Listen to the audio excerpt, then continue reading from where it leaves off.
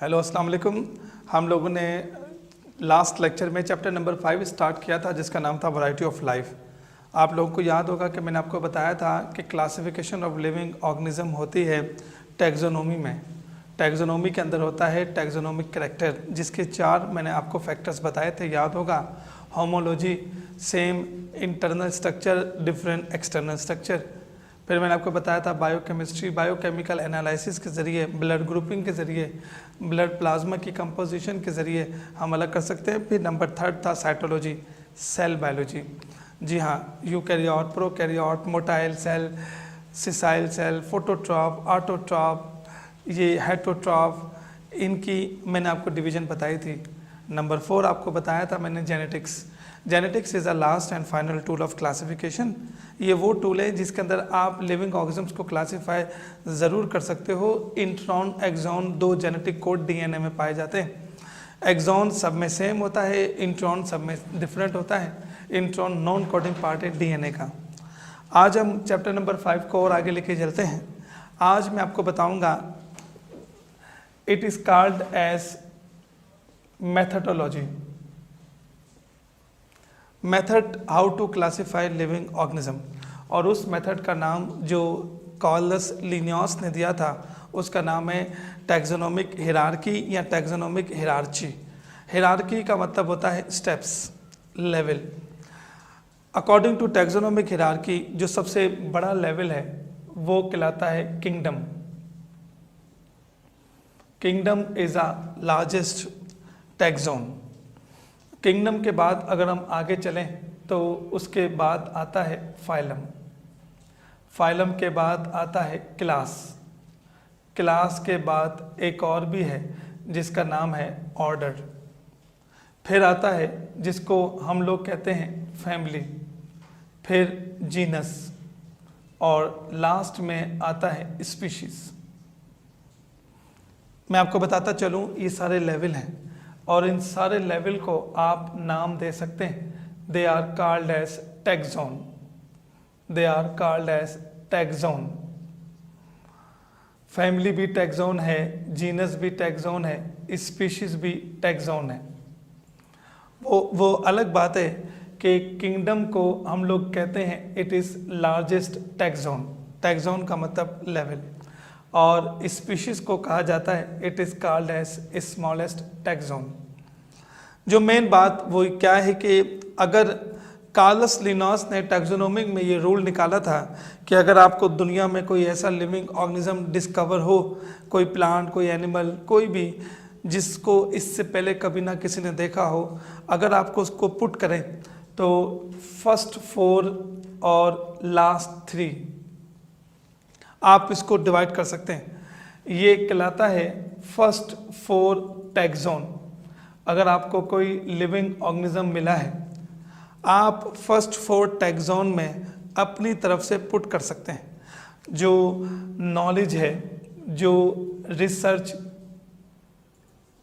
जो आपकी रिसर्च है, आप अपनी रिसर्च की बेसिस में आप उसको किंगडम, फाइलम, क्लास और ऑर्डर में अपनी मर्ज़ी से अकॉर्डिंग टू देयर सिमिलरिटीज़ आप पुट कर सकते हैं। हाँ, अलबत्ता अगर फैमिली, जीनस मींस अगर आपने लास्ट 3 टैक्सोन में पुट करना है, ये रहा, तो लास्ट 3 टैक्सोन में पुट करने के लिए you should follow rules and regulations. You should follow the law of taxonomy. क्योंकि आखिरी 3 में जब आप पुट करेंगे तो मामला और ज़्यादा सेंसिटिव और ज़्यादा मामला जो है बेटा वो सेंसिटिव होता जाएगा। इसलिए if you put the living organism in last 3 taxon, you should follow the rule and regulation which has been written in taxonomic variety। तो ये टैक्सोनॉमिक हिरार्की कहलाती है। एक बात का ख्याल रहे कि प्लांट के अंदर सिस्टम, किंगडम प्लांटी के अंदर सिस्टम जो है वो फाइलम से नहीं है, वहाँ से डिवीजन से सिस्टम स्टार्ट होता है। अब मैं आपको बताता हूँ एक और इससे मुतल्लिक एक अहम तरीन बात, बायनोमियल नोमेनक्लेचर। बायनोमियल नोमेनक्लेचर किसको कहते हैं? एक्चुअली ये इजाद है कार्लस लिनियस की। उसने हर किसी के जोलॉजिकल एनिमल की बात कर रहा हूँ और प्लांट में बोटेनिकल नेम रखे, और वो जो नेम है उसके 2 पार्ट्स हैं, जो नेम है उसके 2 कंपोनेंट्स हैं। नाम के 2 अलग अलग वर्डिंग हैं। एक वर्ड लिया जाएगा जीनस से, यानी जो फर्स्ट वर्ड है वो लिया जाएगा जीनस से, और जो सेकंड वर्ड है वो लिया जाएगा स्पीशीज से। ना आपने वर्डिंग को लिखना है इन्वर्टेड कॉमास में, ना आपने कैपिटल वर्ड में लिखना है जैसे रोमन लैंग्वेज है। हाँ, अलबत्ता पहला लफ्ज़ आपने बड़ा लिखना है। जैसे अगर हम बात करें ह्यूमन की, तो ह्यूमन का जोलॉजिकल नेम है होमो सेपियंस। तो आप देख सकते हैं होमो उसकी जीनस का नाम है, सेपियंस स्पीशीज का नाम है। अगर हम बात करें फ्रॉग की, अगर हम बात करें रोज़ की, अगर हम बात करें वीट की, तो इन सब के जोलॉजिकल बोटेनिकल नेम होते हैं। राना टिग्रिना ये जोलॉजिकल नेम है फ्रॉग का, जिसके अंदर फर्स्ट वर्ड जो है वो जीनस है, सेकंड स्पीशीज है। रोज़ जिसको आप नाम दे दें रोज़ा इंडिका, तो रोज़ा लफ्ज़ जीनस है, इंडिका स्पीशीज का नाम है। अगर हम वीट की बात करते हैं तो ट्राइटिकम इंडिकम, ट्राइटिकम इंडिकम जो है वो वीट का बोटेनिकल नेम है। ऐसे बहुत सारे बोटेनिकल जोलॉजिकल नेम हैं जो बाय नोमेनक्लेचर को फॉलो करते हैं, और ये इसका फाउंडर जो है वो था जिसको हम लोग कहते हैं the founder of modern taxonomy, और उसका नाम था कार्लस लिनियस। कार्लस लिनियस ने सबके बोटेनिकल नेम जोलॉजिकल नेम रखे थे। इसमें सवाल किस तरह से आता है, ज़रा मेरी बात समझिएगा। अगर हम बात करते हैं स्पीशीज़ की, सर ये स्पीशीज़ क्या है, तो स्पीशीज़ को कहा जाता है it is called as unit of taxonomy. Species को कहा जाता है it is known as unit of classification. अभी तक दुनिया में स्पीशीज़ से और छोटा कोई टैक्सोन लेवल टैक्सोनॉमिक हिरार्की का नहीं आया। तो याद रखिएगा, टैक्सोनॉमी में हम लोग टैक्सोनॉमिक हिरार्की में kingdom, phylum, class, order, family, genus और स्पीशीज़ पढ़ते हैं।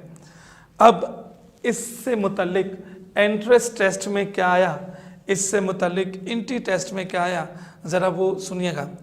इससे मुतल्लिक जो इंटी टेस्ट में आया वो ये था कि अगर आप किंगडम से स्पीशीज़ में जाएंगे तो इसका मतलब है आप अपने टैक्सोन को लिमिटेड करते जाएंगे, और अगर आप स्पीशीज़ से किंगडम में जाएंगे तो आप अपने टैक्सोन को लेवल को बढ़ाते जाएंगे। तो अगर कोई आपसे पूछे कि आप बताएं कि फैमिली के बाद अगर हम एक एमसीक्यू सॉल्व करें और वो एमसीक्यूज कुछ इस तरीके से हो जो एंट्रेंस टेस्ट में एमसीक्यूज आया था कि द फैमिली, और यहाँ से कट कर दें। इस बायोनॉमिन नोमेनक्लेचर के बाद जो सबसे अहम तरीन टॉपिक है वो हम पढ़ते हैं टैक्सोनॉमी का। सबसे पहली क्लासिफिकेशन दी थी अरस्तु ने। अरस्तु वो ग्रेट फिलोसोफर था जिसने अपनी बुक में सबसे पहली क्लासिफिकेशन लिविंग ऑर्गेनिजम्स की थी, और उसकी क्लासिफिकेशन को कहते हैं 2 kingdoms classification. According to 2 kingdoms classification, एक किंगडम का नाम रखा किंगडम प्लांटी, और एक किंगडम का नाम रखा किंगडम एनिमिलिया। जो किंगडम प्लांटी वाले हैं वो सारे के सारे ऑटोट्रॉफ हैं और सिसाइल हैं। जो किंगडम एनिमिलिया वाले हैं वो सारे के सारे हेटरोट्रॉफ हैं और मोटाइल हैं।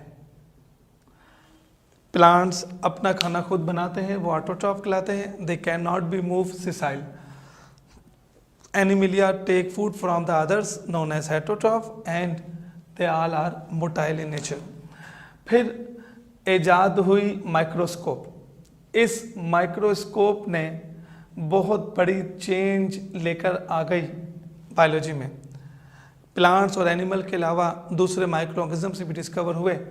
सबसे पहला डिस्कवर हुआ बैक्टीरिया।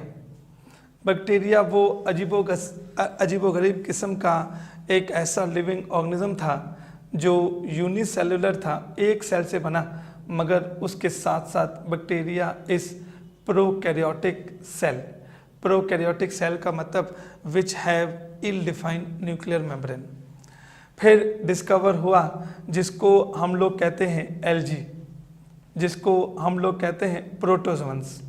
अगर हम एलजी और प्रोटोजोअन्स को पढ़ें तो इनमें ज़्यादातर यूनिसेलुलर हैं और ये ज़्यादातर बेटा कौन है? यूकैरियोट्स। यूकैरियोट्स का मतलब they have well defined nucleus. फिर नंबर थर्ड, फिर एक और इब्तदा हुई फंजाई की। फंजाई एक ऐसा अजीबोगरीब किस्म का लिविंग ऑर्गेनिज्म था जो हेटरोट्रॉफ था, मगर उसकी ऊपर सेल वॉल की बाउंड्री थी। था वो सिसाइल, मगर वो दे कंटेन सेल वॉल और उसकी बॉडी कहलाती है माइसीलियम। अब ना बैक्टीरिया, ना एलजी, ना फंजाई, ये तीनों लिविंग ऑर्गेनिजम्स अरस्तु के 2 किंगडम्स क्लासिफिकेशन में एडजस्ट हो रहे थे। तो फिर यहाँ से इब्तदा हुई 2 to 5 किंगडम्स क्लासिफिकेशन की।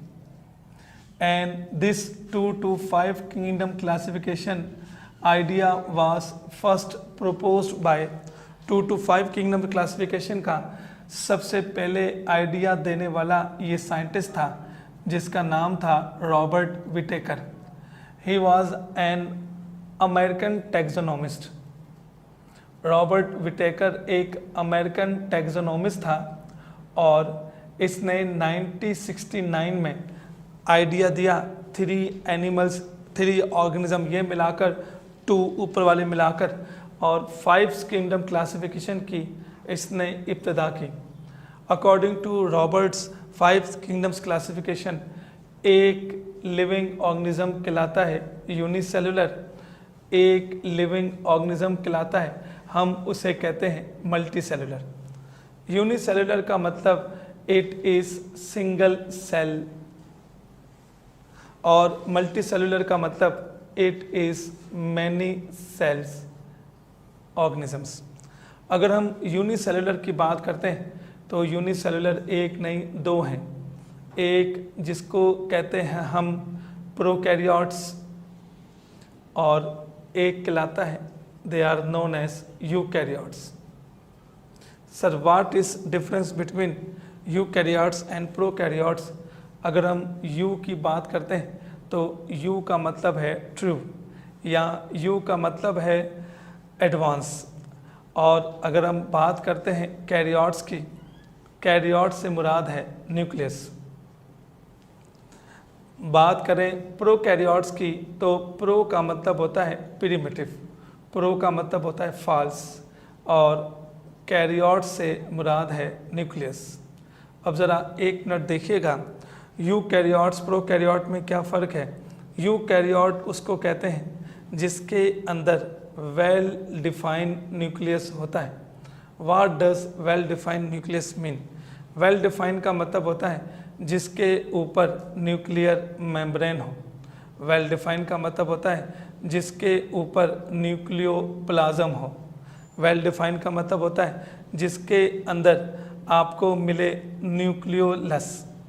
वेल डिफाइंड से मुराद है जिसके अंदर न्यूक्लियस के अंदर न्यूक्लियर रेटिकुलम हो। This nuclear reticulum actually known as chromatin network. तो तय ये पाया कि ऐसा न्यूक्लियस जिसमें चारों चीज़ें हों, nuclear membrane, nucleoplasm, nucleolus, nuclear reticulum, they are called as eukaryotes. अगर हम बात करते हैं प्रोकैरियोट्स की और वो प्रोकैरियोट्स उसको बोलते हैं जिसमें न्यूक्लियस की बजाय न्यूक्लाइड होता है। न्यूक्लाइड से मुराद क्या है? जिसके आखिर में भी OID आ जाए, इसका मतलब होता है सिमिलर। तो it is not a nucleus, it is same as nucleus because they contain only coil and they have only condensed form of single bacterial chromosomes।